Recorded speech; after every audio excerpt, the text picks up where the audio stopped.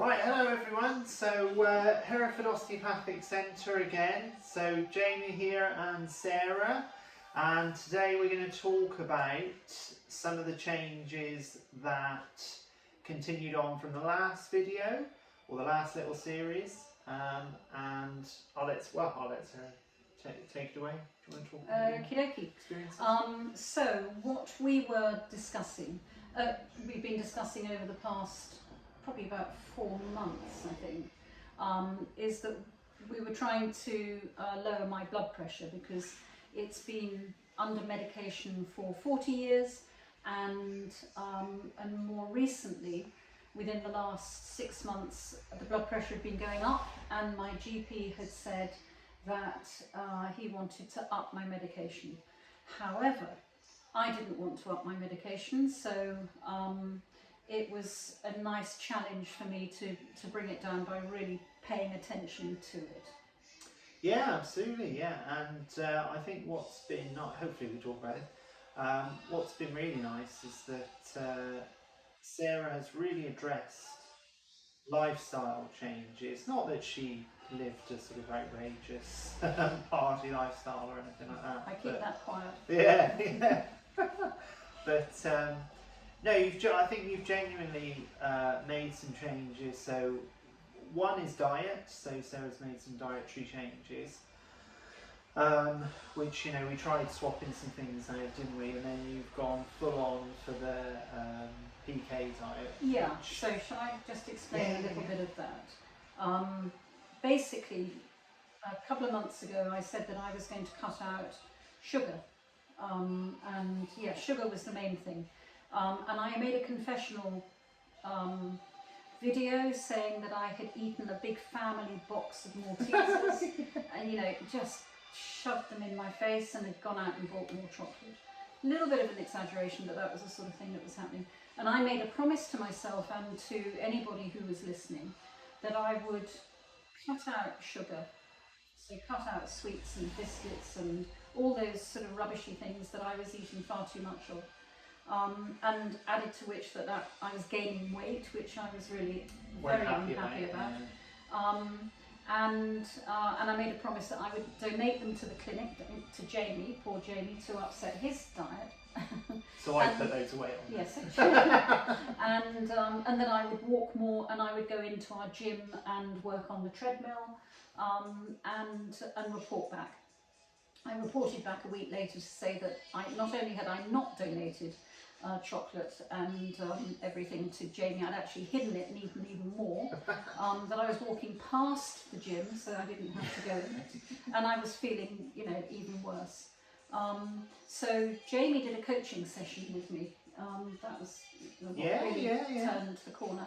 And we worked out that it wasn't about blood pressure, it wasn't about weight at all, it was about me worrying about things. And once we got that out of me, which was quite painful for me, I had to cry and moan and groan, and Jamie was incredibly patient. I felt a whole lot better, and I almost immediately cut out sugar. And so the journey since then has been that I have been following more or less the PK diet that Sarah Michael has written about. And I have found a massive difference. Yeah, and so first of all, the dietary changes, which have been great, but I think as you alluded to it, I think what's really important to look at sometimes is the underpinning emotional, behavioural things behind those changes. And one of the things that Sarah hasn't mentioned that she's also done as well is scheduled time off.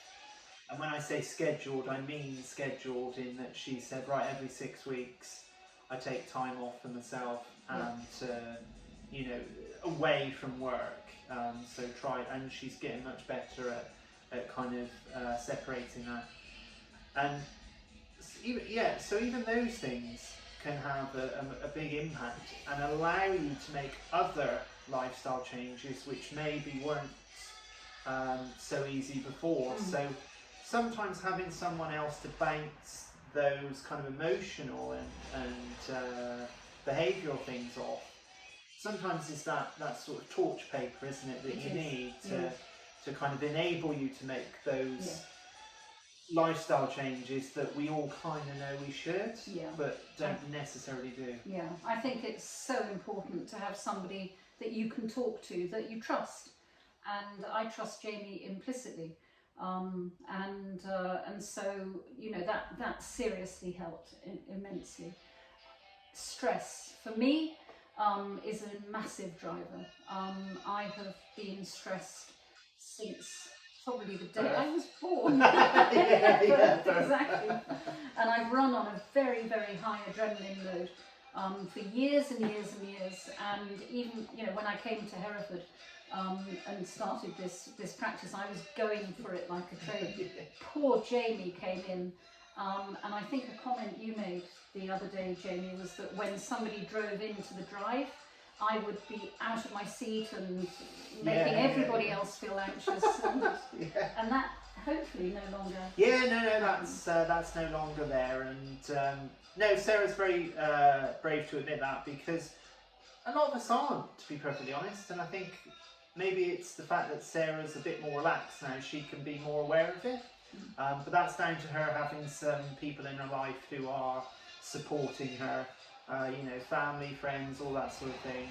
And that's a great resource to tap into for anyone. So, I mean, we're therapists in a way, so we kind of, we're kind of thought of as people to go to, but, just talk to a friend. It doesn't have to be anyone, specific. Obviously, if you want something a bit more scheduled and detailed, come and see us. Book an appointment. But the whole point of doing this out loud, so to speak, is that I thought if I actually was honest about my journey and actually recorded the changes that I've made, and they do make a difference, then that shows a real journey for somebody else if they want to follow it. It's different for everybody, but I've put myself up as being a sort of guinea pig, if you like. And boy, are we getting results. It's really exciting. Well, I think it's shown progression, hasn't it? Because like you say, started off, went well, and then sort of falls off the wagon. But they happen, and I mean, we're therapists, and I've fallen off the wagon more times than, I can care to admit, but it doesn't matter how many times you don't necessarily fulfill what you want to. It's the fact that you keep going, and eventually you will get there. So never stop trying in that way. So my blood pressure readings, just for the record, over the past, is it 2 weeks that I've been measuring my blood pressure? Sporadically before that as well. Yeah, it was sporadic before that, so I'm going to not. So my bad blood pressure was, it was about 188. 185, 188, which is the top figure, the systolic, and the bottom figure, the diastolic, was that's the wrong way around, isn't it? So it was 140 to 160 over 85 to 88. It was high. It was high. It was far too high. Yes, on medication. And since over the last 2 weeks, my blood pressure has come down to 120. It's in the 20s, isn't it?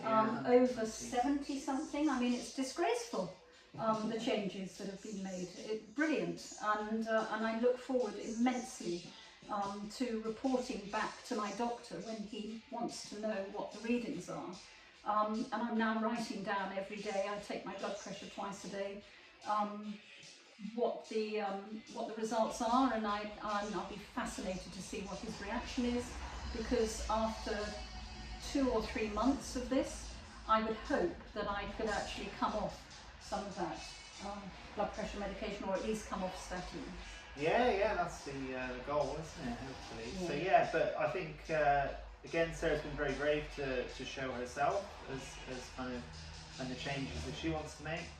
So just to kind of summarise, remember, Sarah has made lifestyle changes, but she's made sure she's got a support group in place, and she's looked at her whole self, emotionally, physically, spiritually, spiritually, yes. you know, and address all of those in a way. So although we kind of throw away these lines about maybe you should drink more water and things like that, there's a whole world around it that you know, that you need to look at to make those changes. And I think we need to realise a little bit more that it's not that simple, Yeah. and that we're very complicated. Yeah, and you And we don't should be open to necessarily see changes overnight. It's all about putting things in place and giving it time. I think expecting an instant result is going to be too much of a disappointment. Yeah, so, and that's something I forgot as well. Yeah, Sarah's recorded everything, so everything's recorded. So then you can see, you can look back in your journal and go, okay, well I've tried this, doesn't seem to be working. Let's change it, or let's add something else. Or I actually haven't followed this. Why haven't I followed it? Yeah. And then those are the really good kind of questions that you get, but only if you record it. Yeah. Otherwise, you just say, "Oh, it hasn't worked." And I think I'll wrap up by saying that I think at some stage we'll have Jamie as a guinea pig. Yeah. I think that's we should probably air that at probably 9:30 or something after the watershed. Anyway, it was a really good table talk, I think. Lovely, yeah, Thanks perfect. very much. Thanks everyone. Bye.